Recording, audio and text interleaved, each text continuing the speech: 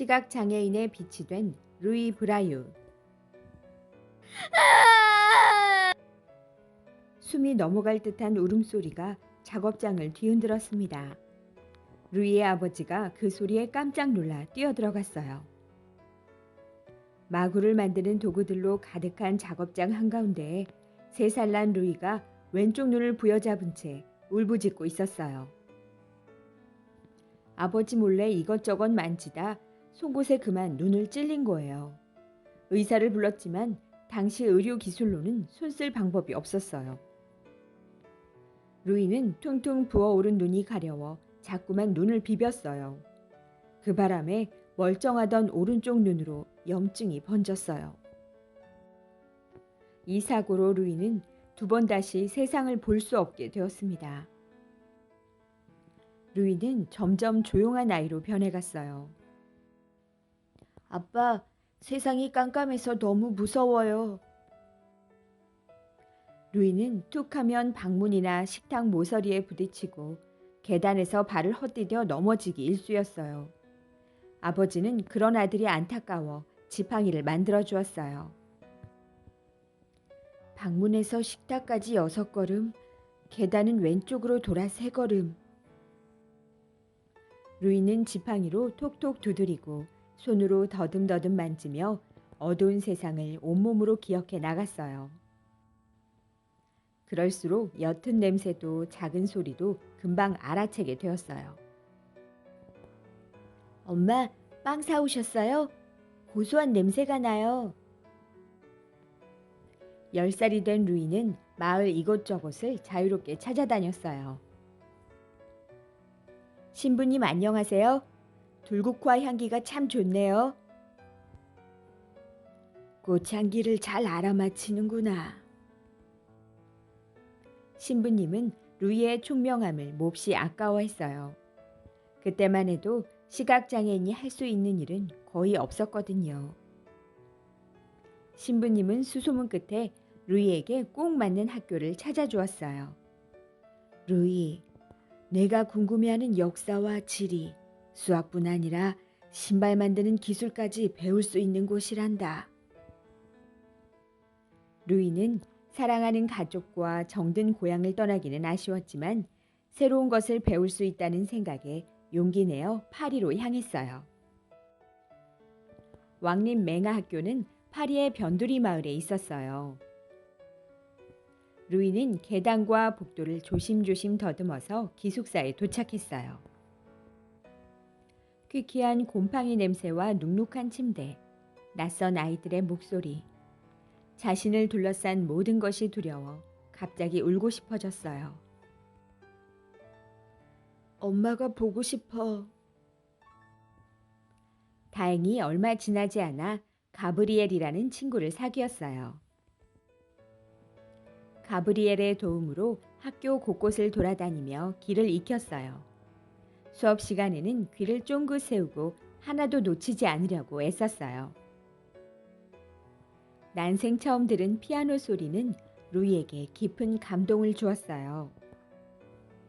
와, 이렇게 아름다울 수가. 저 악기를 꼭 배우고 싶어. 수업이 끝나자 가브리엘이 루이를 도서관으로 이끌었어요. 루이, 이 책을 만져봐. 루이는 손끝으로 종이 위를 천천히 더듬었어요. 알파벳 모양이 올록볼록하게 튀어나와 있었어요. 세상에 내가 읽을 수 있는 책이 있다니. 루이는 책을 읽을 수 있다는 기쁨에 얼굴이 환해졌어요. 그런데 책 위를 바쁘게 움직이던 손길이 갑자기 멈췄어요. 알파벳 O인지 Q인지 구분하기 어려운 곳이 있었거든요. 게다가 긴 단어는 끝까지 따라가지 못하고 자꾸 뜻을 놓쳤어요. 책을 막힘없이 정확하게 읽을 수는 없을까? 어느 날 바르비의 장교가 학교를 방문했어요. 학생들에게 점으로 이루어진 야간 문자를 소개해 주었지요. 두툼한 종이에 철필로 점을 뚫고 그 종이를 뒤집은 뒤 튀어나온 점을 만져서 글을 읽는 문자였어요. 와, 이제 우리도 글자를 쓸 수 있겠는걸? 루이와 학생들은 야간 문자가 무척 마음에 들었어요. 그런데 야간 문자에 익숙해질 즈음 불편한 점이 드러났어요. 점의 개수가 많으니까 한 번에 읽기 힘들고 시간도 꽤 오래 걸렸어요. 느낌표 같은 문장 부호나 숫자는 나타낼 수도 없잖아. 학생들은 야간 문자에 실망해 점점 사용하지 않게 되었어요. 글자를 더 빠르고 쉽게 쓰려면 어떻게 해야 할까? 루이는 야간 문자의 불편함을 해결하려고 혼자 연구를 시작했어요. 시간과 장소를 가리지 않고 철필로 점을 찍고 또 찍었어요. 친구들이 잠든 밤에도 방학 때 집으로 돌아가서도 마찬가지였어요. 루이가 종일 널빤지에 구멍을 뚫던데 대체 뭘 하는 걸까요? 기침이 심한데 저렇게 점자를 만든다고 쉬지도 않아요. 루이는 부모님의 걱정에도 아랑곳 없이 점자 연구를 계속해 나갔어요. 6개의 점이면 충분해. 점 1개는 A, 세로 점 2개는 B. 그래, 배열을 바꾸면 점 6개로 알파벳을 모두 표현할 수 있어. 마침내 루이는 3년 만에 새로운 점자를 만들었어요. 루이가 새로운 점자를 만들었다는 소문이 학교에 퍼지자 교장 선생님이 루이에게 시범을 보이게 했어요. 루이는 교장 선생님이 불러주는 말을 철필로 빠르게 찍었어요. 그리고는 종이를 뒤집어 볼록한 점을 따라 읽어 내려갔어요. 교장 선생님은 자신의 귀를 의심했어요. 15살밖에 안 된 내가 이런 편리한 점자를 만들다니. 교장 선생님은 학교에서 루이의 점자를 쓸 수 있게 허락해 주었어요. 야, 그 어떤 점자보다 쉽고 간단해. 학생들은 브라유가 만든 점자 덕분에 글로 생각을 나눌 수가 있었어요. 나중에 이 점자는 루이의 이름을 따서 브라유 점자라고 불리게 되었어요. 1828년 19살이 된 루이는 학교를 졸업하고 자신이 다니던 학교의 선생님이 되었어요. 루이는 학생들에게 인기가 많았어요. 학생들을 누구보다 잘 이해하고 따뜻하게 보살폈거든요. 음악을 통해 아이들에게 세상의 아름다움을 느끼게 해주자. 루이는 브라유 점자를 더욱 발전시켜 악보를 만들고 멋진 연주를 들려주기 위해 피아노를 열심히 연습했어요. 선생님의 연주를 들으면 구름 위를 나는 듯 행복해. 학생들은 루이의 음악 수업을 무척 좋아했어요. 몇 해 뒤 새 교장 선생님이 오면서 학교 안이 어수선해졌어요. 브라유 점자를 쓰지 못하게 했거든요. 점 6개로 뭘 하겠습니까? 세상 사람들이 쓰는 글자를 써야 하지 않겠습니까? 맞습니다.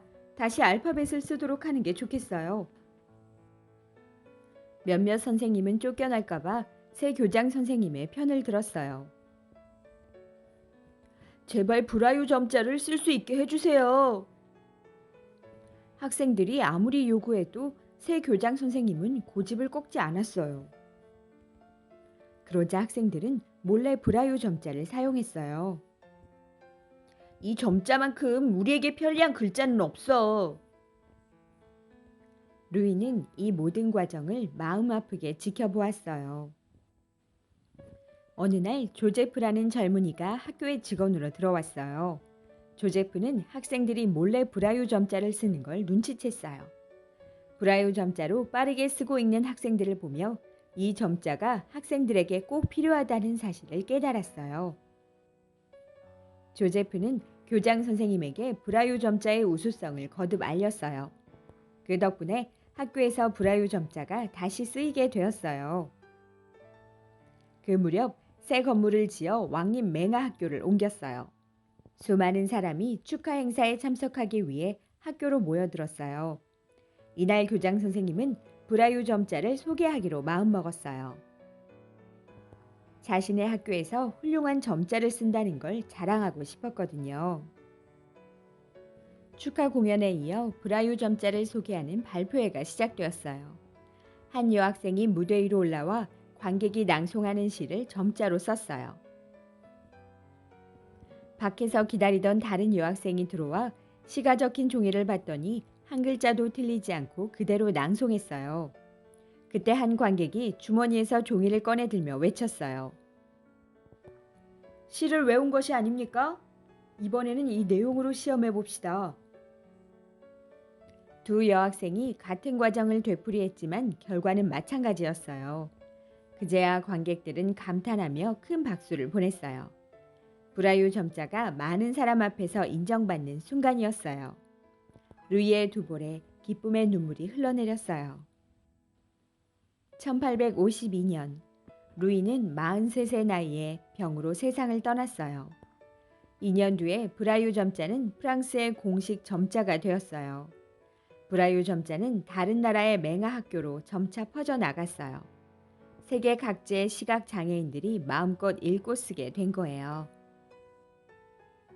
의사, 변호사, 과학자, 작가, 국회의원, 피아니스트. 오늘날 당당하게 자신의 능력을 발휘하는 시각 장애인들을 우리는 어렵지 않게 만날 수 있어요. 이들은 모두 브라유 점자 덕분에 꿈을 이룰 수 있었답니다. 바로 루이가 열어놓은 지식의 문을 통과해서 말이에요.